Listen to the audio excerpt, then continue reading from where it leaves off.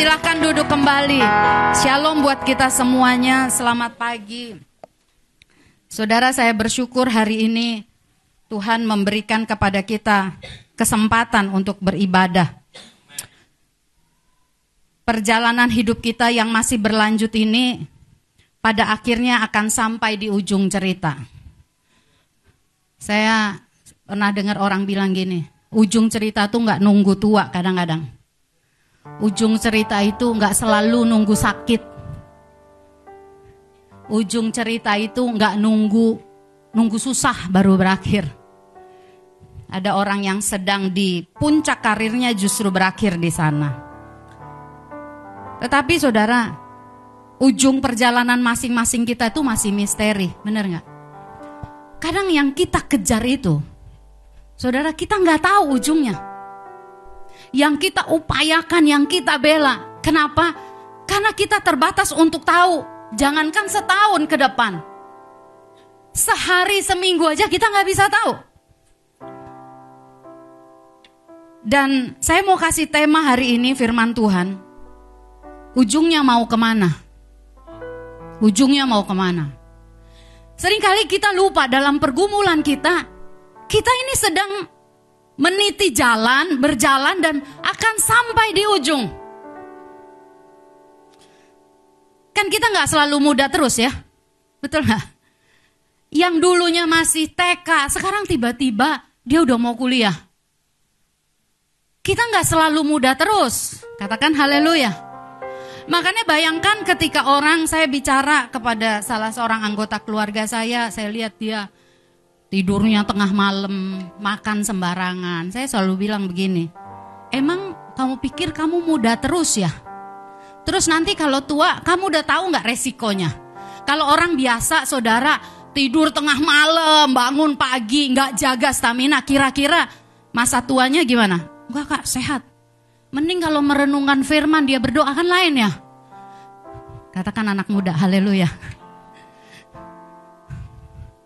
Nah saudara, pilihan ini kan selalu banyak ya. Kita gak selalu kecil, kita gak selalu susah terus, katakan amin. Itu yang harusnya membuat engkau, kalau dibilang kita gak selalu kaya terus, mungkin kita akan ciut gitu ya. Tapi saudara, kabar baiknya, kita gak selalu susah terus kok. Katakan amin. Itu sebabnya firman Tuhan ini ujungnya mau kemana? Apa yang sedang engkau bangun? Apa yang sedang engkau jalani? Apa yang sedang engkau kumpulkan? Ada satu permainan, saudara, dulu di televisi, pesertanya akan dikasih keranjang, troli dorong. Dan mereka dikasih waktu yang sama semua peserta. Mereka masuk ke supermarket dan misalnya 5 menit, dalam 5 menit mereka harus kumpulkan di dalam keranjangnya, trolinya. Dan di ujung nanti baru dihitung, saudara. Ada orang yang ketika troli dikasih, dia langsung ambil aja apa ada yang di jalan.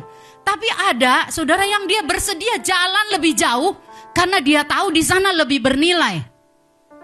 Orang yang suka makan diambilin coklat, ya kan? Wah, coklat enak nih. Oh, snack. Tapi ada orang yang dia ngitung, oh elektronik lebih mahal nih. Dia penuhin sampai akhirnya di ujung baru dihitung. Yang kamu dapat poinnya berapa? Saya besuk beberapa orang sakit.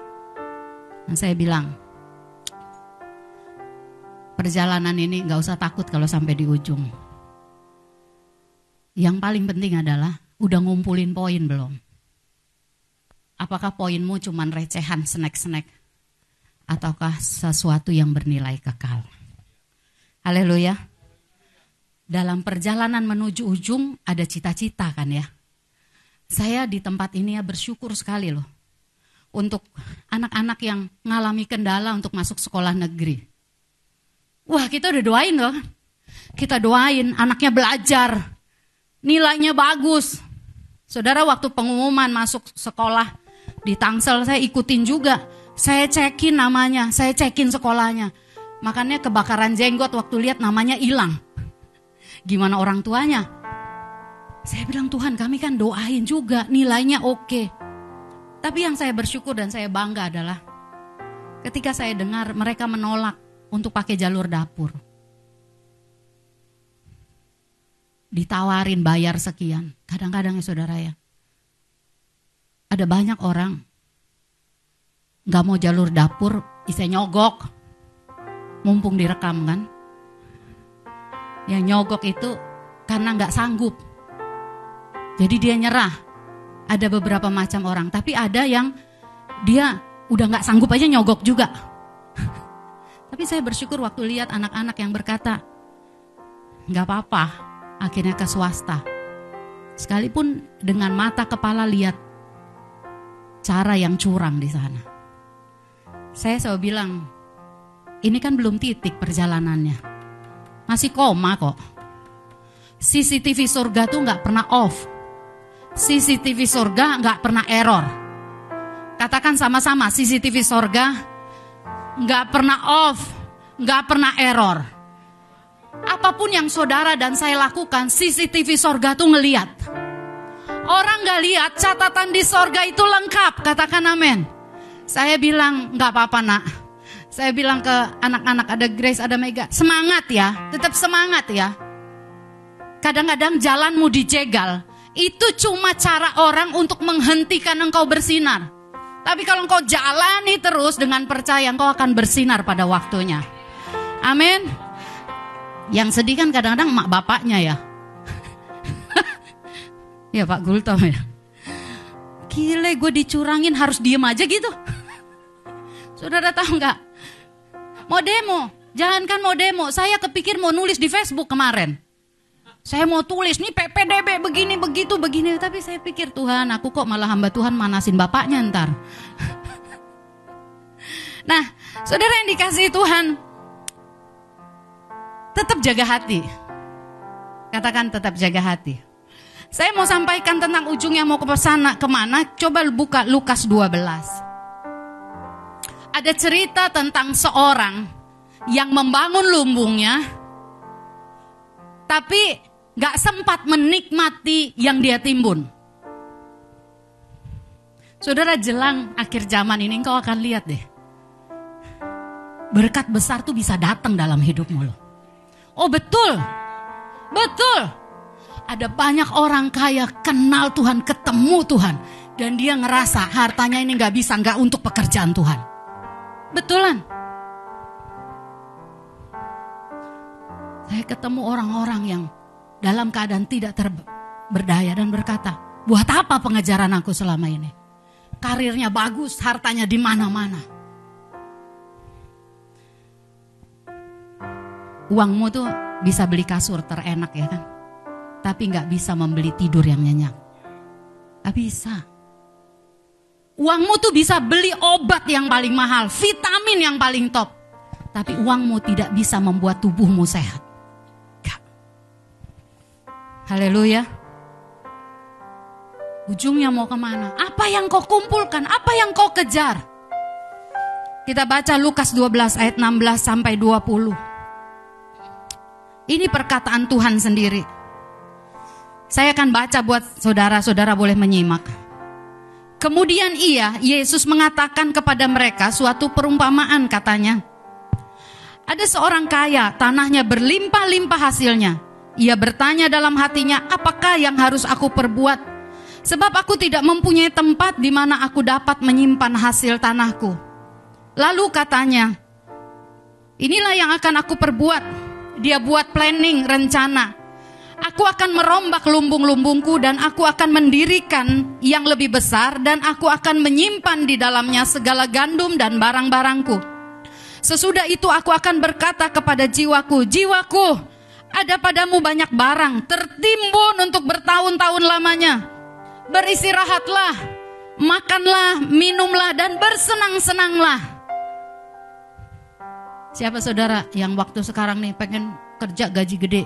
Gak salah saudara, tapi jangan untuk ditimbun. Katakan amin.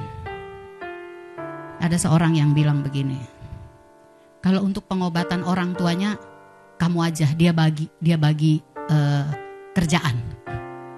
Dia bagi kerjaan, karena kalau pengobatan masih bisa BPJS dan katanya lebih murah.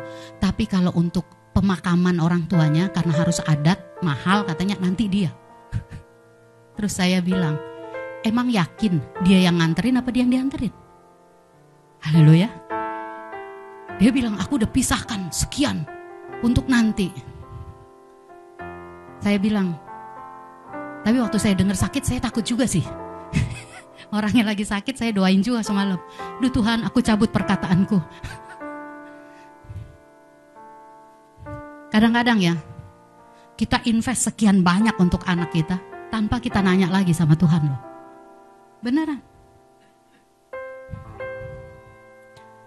Padahal kita gak tahu ujungnya.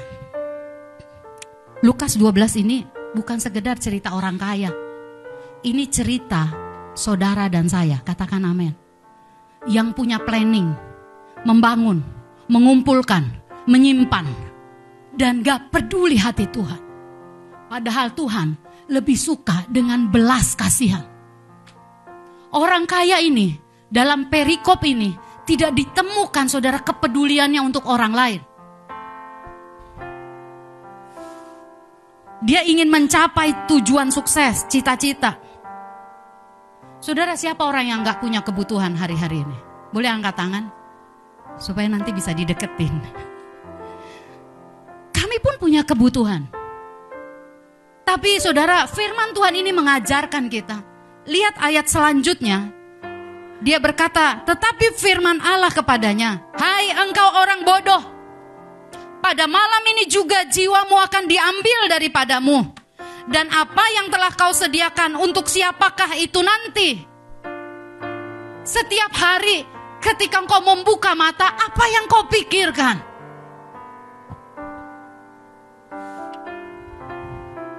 Kami pernah ngobrol saudara, saya dengan anak saya, tanya, tahun ini nanti, tahun ini ya kuliah, tahun depan, masih ada setahun, narik nafas. Inong udah ngelewatin, yang lain ada yang udah lewatin. Terus dia bilang, gimana nih Ma? Kalau kuliah bisa? Bisa. Emang Mama punya duit? Punya. Mana coba aku lihat m-bankingnya? Sekarang belum. Nanti punya. Karena saya selalu bilang begini, yang gak ada itu Sam, set bisa datang. Yang ada itu set bisa terbang. Betul. Betul. Hatimu tuh harus ke Tuhan. Dia simpen. Dia udah beli vitamin. Dia atur waktu istirahatnya. Tapi ingat saudara, pada malam itu juga Tuhan berfirman, hai orang bodoh. Belas kasihan yang akan membuat nanti saya akan baca saudara, bacakan kisah yang lain. Seorang yang punya belas kasihan itu mampu keluar dari kekayaannya atau kemiskinannya. Belas kasihan bukan hanya milik orang yang sudah nyaman hidupnya. Mungkin saudara bisa bilang sama saya, oh nanti kalau saya kasih cerita, oh dia orang kaya, saya buat makan aja kurang. Saudara, saya mau berkata, kalau engkau mengenal Tuhan, dia gak mungkin buat engkau sampai mati gak makan. Betul. Ada kalanya memang harus tahan. Saudara tahu kenapa orang kaya ini gak nikmati? Kenapa kita? Ini bukan sekedar orang kaya dan Anda dan saya berkata begini, oh itu buat orang kaya bukan buat saya. Enggak.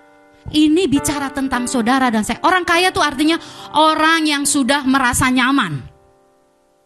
Orang kaya itu orang yang percaya dirinya bahwa semua planningnya itu yang terbaik. Makanya dia bikin planning semuanya. Kami bersyukur saudara belajar. Tetap harus punya rencana. Tapi waktu diinterupsi Tuhan, kita bisa bilang, aku rak popo. Haleluya. Banyak orang kelamaan susah. Makanya kalau punya tabungan sedikit bisa sombong atau bisa pelit. Haleluya. Itu di luar, bukan di sini, beneran. Tiba-tiba rumah Tuhan hening. Orang yang tidak punya belas kasihan tuh gak selalu kok dia gak peduli. Kadang-kadang sudah ada faktor lain saya amati. Karena dia bingung mau ngapain. Betul gak sih? Dia bingung. Ada orang yang dia pengen loh berbuat. Belas kasihan itu tidak selalu bentuknya materi. Berapa banyak waktumu sudah engkau gunakan untuk membesuk orang? Kadang-kadang ya saudara, ngajak orang untuk mengunjungi orang lain aja gak mudah. Bilang kanan kiri, masa sih bilang. Masa sih? Apa masalahnya? Ya, coba ingat dalam bulan ini ya, siapa yang udah engkau kunjungi yang gak memberi keuntungan kepada kita? Sementara kadang kita bingung kalau pulang kerja sore gak ngapa-ngapain. Oh haleluya, tidur, bangun, tidur, semua diberesin rumahnya, kamarnya sampai gak ada debu sama sekali. Tapi saudara, siapa yang udah kita kunjungi? Coba lihat Lukas 7 ya, 4-5. Saya hanya buka cerita ini untuk kisah saudara. Tidak salah menabung, harus. Saudara jangan hambur-hamburkan semua. Lukas 7 ayat 4-5. Ada seorang perwira. Salah seorang boleh baca buat kita. Dia bukan orang Yahudi, tapi dia menyumbang untuk orang Yahudi pembangunan bait Allah. Saya khotbah ini bukan minta saudara nyumbang untuk gereja, enggak. Tapi saya mau kasih tahu, ada orang-orang yang di kesuksesannya dia enggak tenggelam di sana. Nanti saya kasih contoh orang yang udah terpuruk, terbatas, tidak tenggelam dalam keterbatasannya. Sebulan ini kami banyak saudara. Saya kadang-kadang kemarin kunjungi orang sakit. Saya lihat satu orang bapak. Enggak, saya enggak diminta doain. Saya yang nyodorin diri. Dan makin saya lihat orang sakit, makin saya ngerasa. Pulang dari rumah sakit saya nanya, masalahku apa ya? Betul. Masalahku apa sih? Enggak dihormati, apaan itu? Saya besuk satu bapak umur 77 tahun. Sehat. Waktu dia memeriksakan, dia sering check up. Waktu dia periksa darah, periksa kesehatan, didapati ada kanker di ususnya. Dan udah merambat kemana-mana. Dan akhirnya harus, Ricky ada tuh, Ellen tahu gitu, dipasangin stoma ya, dipasangin untuk buang air besarnya itu, dikasih kantong di luar. Anda tuh bisa BAB aja udah bersyukur. Haleluya, benar.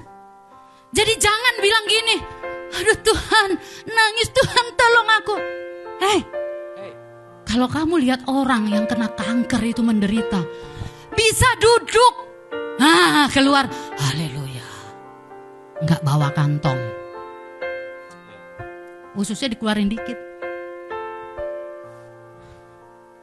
2 hari kemudian ternyata ada masalah, operasi lagi. Untuk pasang kantongnya dioperasi 3 kali. Dokternya berasa udah dokter yang terbaik. Ketika dia belum masuk rumah sakit, saya besuk ke rumahnya. Saya gak diundang saudara. Saya gak minta duitnya, enggak. Tiba-tiba hati saya tuh, Tuhan, aku nih keenakan hidupnya, aku tuh sehat. Bukan masalah dia mau disembuhin apa enggak, aku nih hamba Tuhan. Saya bilang, boleh enggak saya doain? Karena ini masih saudara jauh banget. Waktu kami pulang, kami dipeluk. Kalau ngeliat tampangnya serem, orang sungkan, dia peluk, makasih ya. 2 hari kemudian ditanya, minta nomor rekeningnya. Saya bilang gak usah, ntar takut kalau tiap saya datang kamu hitung lagi tarif per kedatangan. Dia bilang gak usah. Saya bilang, saya cukup senang kalau saya boleh doain dia. Berkat tuh gak selalu kalau saya pelayanan kok. Kemarin kami datang, untuk ganti kantongnya dia harus dibolak-balik badannya.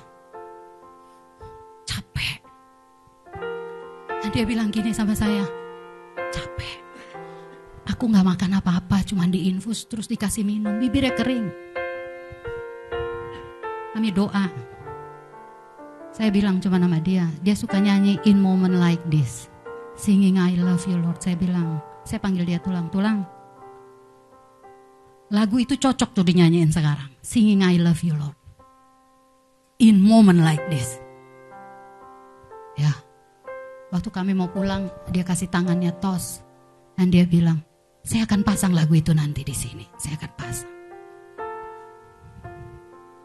Kalau engkau bilang, engkau kurang hari ini. Saudara, coba lihat orang-orang yang lebih kurang. Di rumah sakit, kalau engkau lihat orang sakit, gak ada lagi tuh yang baper. Gak ada yang ngeluh capek lagi loh. Karena seorang yang umurnya 75 tahun, istrinya harus jagain dia, begadang di situ.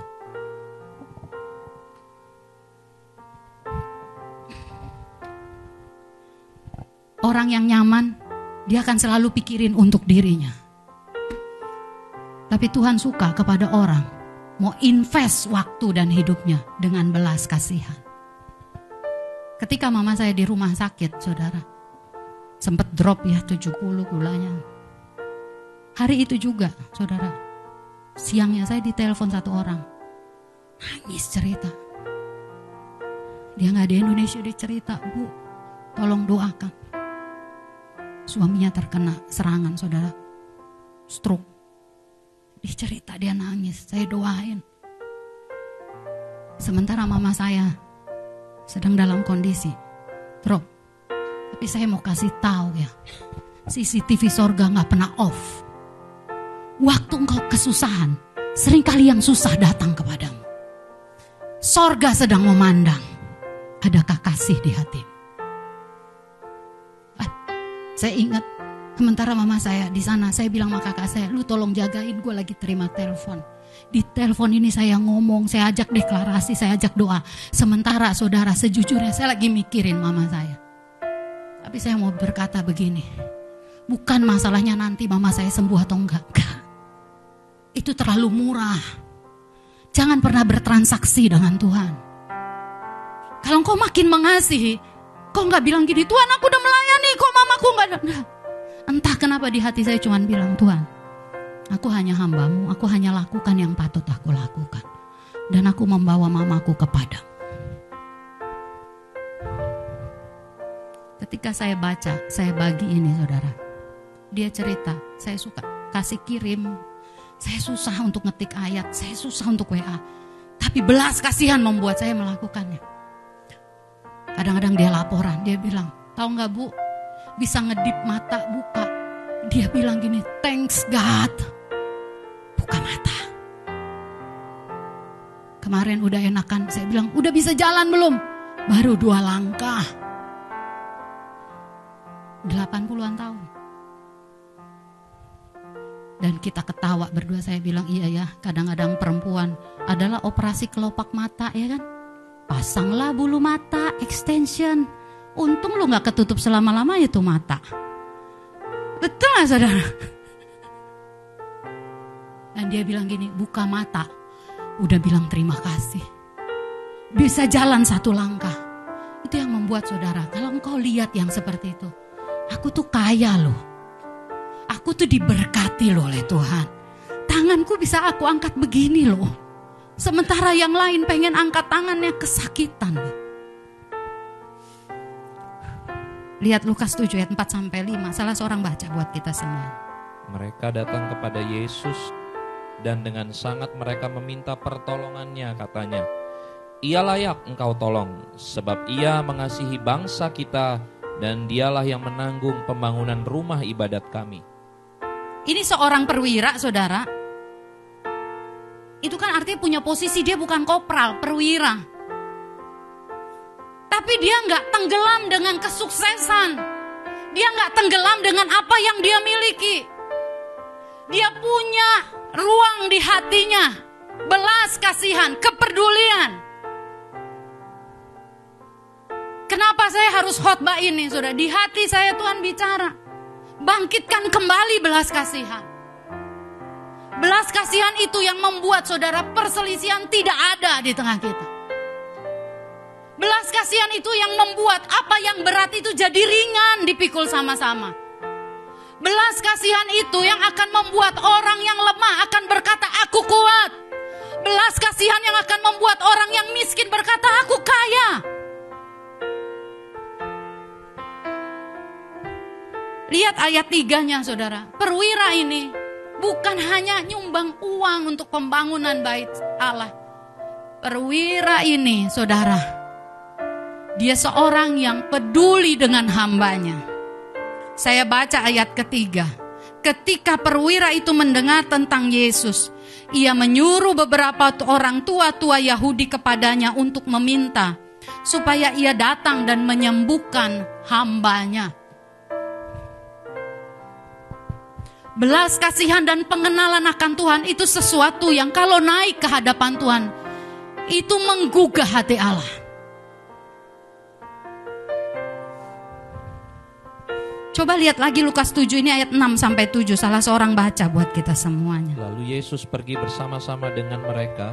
Ketika ia tidak jauh lagi dari rumah perwira itu, perwira itu menyuruh sahabat-sahabatnya untuk mengatakan kepadanya, "Tuan, janganlah bersusah-susah, sebab aku tidak layak menerima Tuan di dalam rumahku. Sebab itu aku juga menganggap diriku tidak layak untuk datang kepadamu. Tetapi katakan saja sepatah kata, maka hambaku itu akan sembuh." Saudara lihat di sini, seorang yang dia peduli dengan hambanya.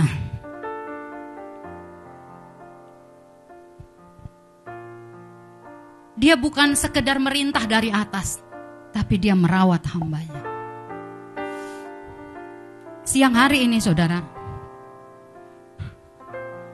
saya ingat minggu lalu Pak Robert cerita tentang orang Samaria yang baik hati. Kalau kita sakit, bukan berarti kita gak bisa berdoa untuk orang sakit. Saya percaya ada Amang Tampu Bolon yang menyaksikan streaming kita hari ini. Tuhan memberkati. Ada Oma Karuntu, ada Opa Umar, yang karena kondisi patah di tulang bahunya, gak bisa duduk, cuman bisa berbaring. Tapi saya mau berkata, mereka pun punya kesempatan untuk melepaskan belas kasihan dalam ketidakberdayaan mereka. Amin. Tidak ada di tengah kita orang yang tidak bisa melakukan sesuatu kepada saudara di sebelahnya. Katakan amin.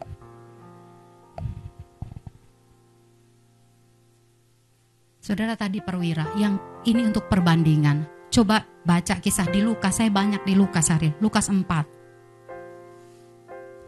Ini yang saya bilang, kadang-kadang kita bilang, dia kan orang enak perwira, makan enak, dia gak mikirin bayar kontrakan, bayar sekolah, ya kan biasanya perwira udah ditanggung itu sama pemerintah, ya kan.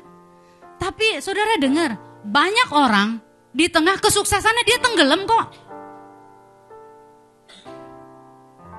Ada seorang janda, miskin,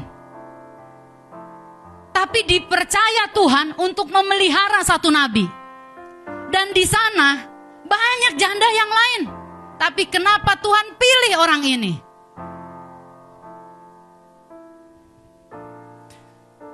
Coba baca sama-sama Lukas 4 ayat 25 sampai 26. 2 ya. Dan aku berkata kepadamu, dan kataku ini benar. Pada zaman Elia, terdapat banyak perempuan janda di Israel. Ketika langit tertutup selama 3 tahun dan 6 bulan, dan ketika bahaya kelaparan yang hebat menimpa seluruh negeri. Tetapi Elia diutus bukan kepada salah seorang dari mereka, melainkan kepada seorang perempuan janda di Sarfat di tanah Sidon. Saudara lihat ini seorang janda ini.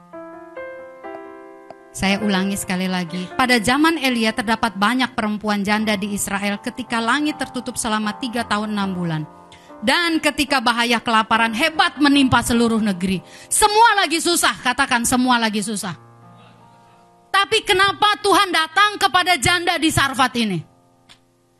Yang membuat saudara radar sorga itu ke dia bukan posisi, bukan karena dia punya banyak uang, tapi karena dia punya yang namanya belas kasihan. Belas kasihan itu menggugah hati Tuhan. Tuhan senang ketika ada aroma belas kasihan umatnya.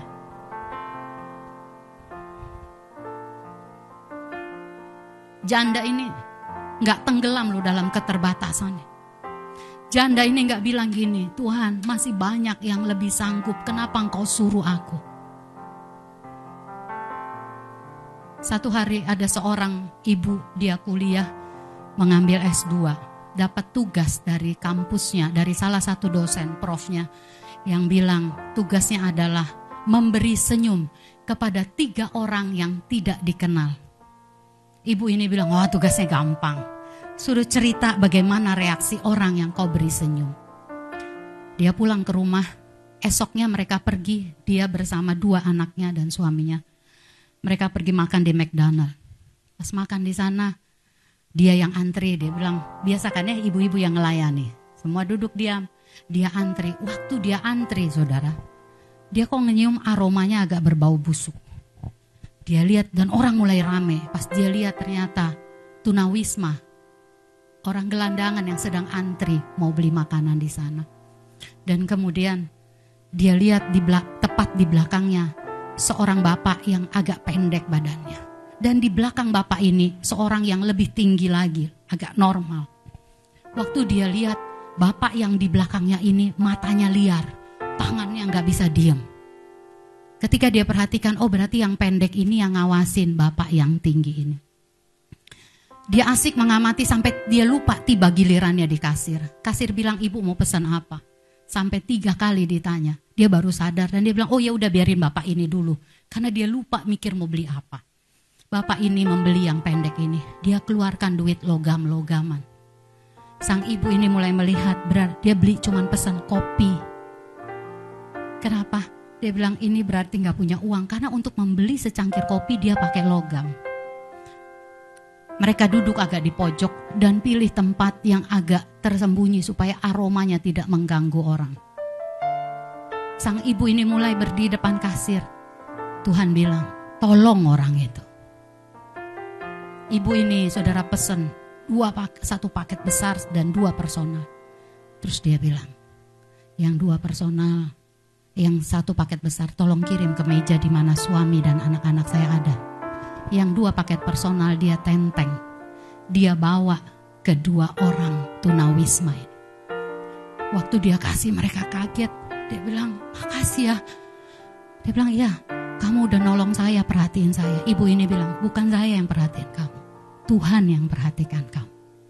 Dia duduk, ketika dia balik ke mejanya, sang bapak, suami dan anaknya memperhatikan dia. Suaminya bilang gini, aku makin tahu kenapa Tuhan kasih kamu jadi istriku. Enggak ditanyain gini, habis lo uang belanja kau pakai, enggak. Setelah dia selesai makan, ada pengunjung lain yang datangin dia. Ibu terima kasih karena kau mengajarkan aku tentang bersikap jadi manusia kepada manusia yang lain. Ibu ini terharu, dia pikir aku cuma mengerjakan yang terlalu kecil, tapi ternyata berdampak. Gak cukup di situ, ketika dia mau pulang saudara, dia alihkan matanya kepada 2 orang yang sedang makan ini. Ternyata mereka sedang memandangi ibu ini. Dan dia bilang, thank you ya. Oke, dia pulang. Besoknya tugasnya diberikan kepada dosen. Sang profesor melihat dan sempat membaca tulisannya. Dan sang profesor ini bilang, bolehkah aku ceritakan yang kau tulis ini? Diceritakan saudara, kembali ceritanya. Waktu cerita itu disampaikan, banyak orang menangis. Dan profesor ini menutup paper ibu ini dengan tulisan, kehangatan kasih Allah selalu akan membuat orang tersenyum. Karena itu tersenyumlah. Belas kasihan itu saudara, kadang bukan dengan uang. Waktu engkau ngantri berobat, belas kasihan itu yang bisa membuat engkau menemani orang yang sedang berobat lainnya.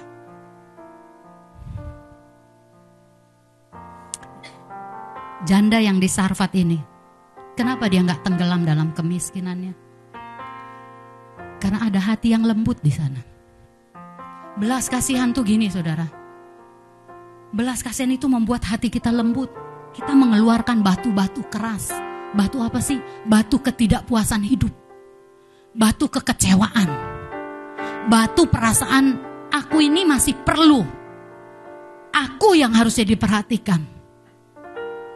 Dan hari ini saya berdoa, Tuhan yang tadi kita sembah lewat pujian kita menjamah hatimu, hatiku, hati kita semuanya.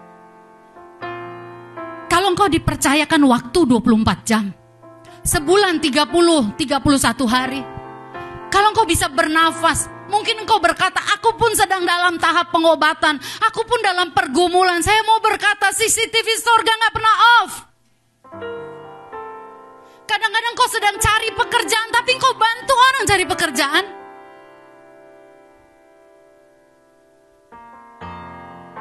Kami juga masih mengontrak. Kadang harus bayarin orang kontrak. It's okay. Lakukan itu bukan dengan kebanggaan. Engkau tahu betapa terhormatnya aku Tuhan ketika aku punya kesempatan melakukan itu.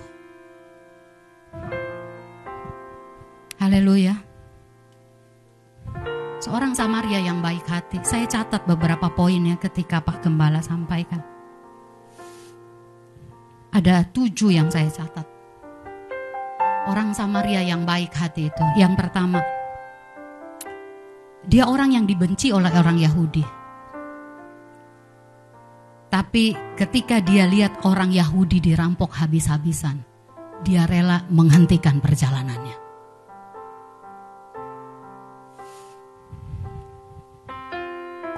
Yang kedua, dia ngambil resiko untuk menolong.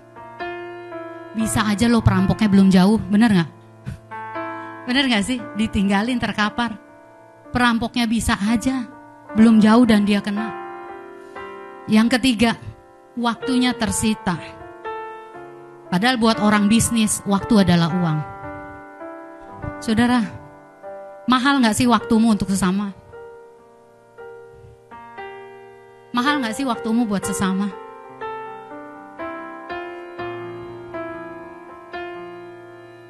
Minyak dan anggurnya dipakai untuk mengobati luka orang yang gak dikenal. Minyak anggur tuh mahal. Tapi dia rela lu ngasih sama orang yang gak dikenal. Dan dia tahu bangsanya membenci dia. Keledai tunggangannya dipakai. Kalau orang sekarang mungkin mobilnya dipinjemin, dianya ngegojek.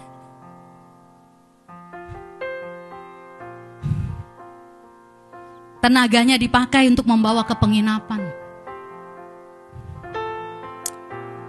Uang, hartanya diberi untuk kesembuhan orang itu. Orang yang gak ada challenge akan memberi keuntungan kepadanya. Gak ada. Saya mau berkata dari tempat ini, coba perhatikan diri kita baik-baik.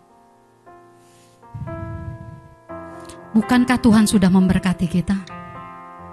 2 Korintus 8 ayat 9, 2 Korintus 9 ayat 8 berkata begini, Allah sanggup melimpahkan segala kasih karunia kepada kamu, supaya kamu senantiasa berkecukupan dalam segala sesuatu, malah berkelebihan di dalam pelbagai kebajikan. Hari ini, biarlah firman ini menggugah hatimu dan hatiku. Tuhan suka dengan aroma belas kasihan. Ketika engkau bisa puas dengan Tuhan, apa yang kau terima dari Dia.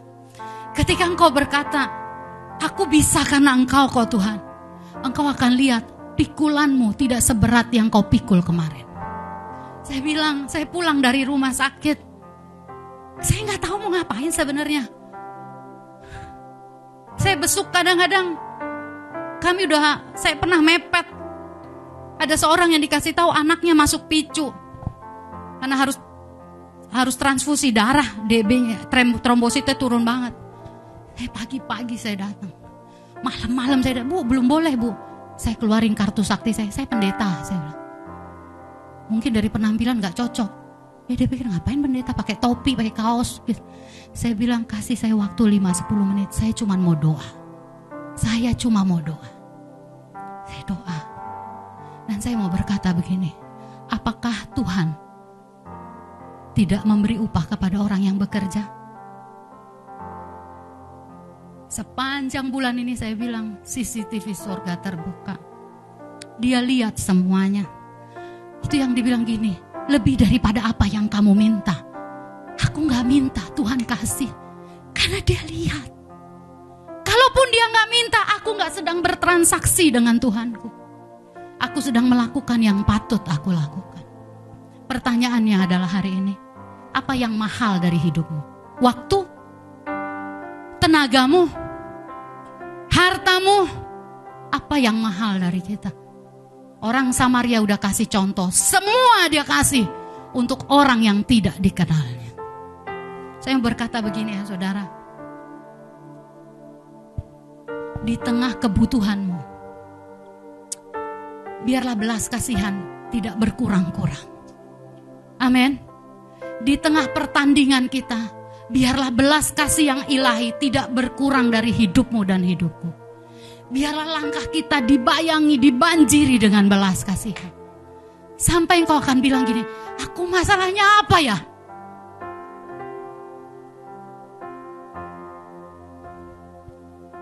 Masalahku apa ya? Oh, mau bayarin anak sekolah, masalahku apa ya? Kalau aku mau bayar, aku masih punya tangan yang sehat, kaki yang kuat, aku bisa bekerja. Kalau engkau melihat orang yang bertanding antara hidup dan mati tak berdaya, kau akan bilang, aku diberkati dalam segala kebajikan. Hari-hari ini saudara, jangan kurangi belas kasihan dari hidupmu dan hidupku. Amin. Mari kita nyanyi satu pujian.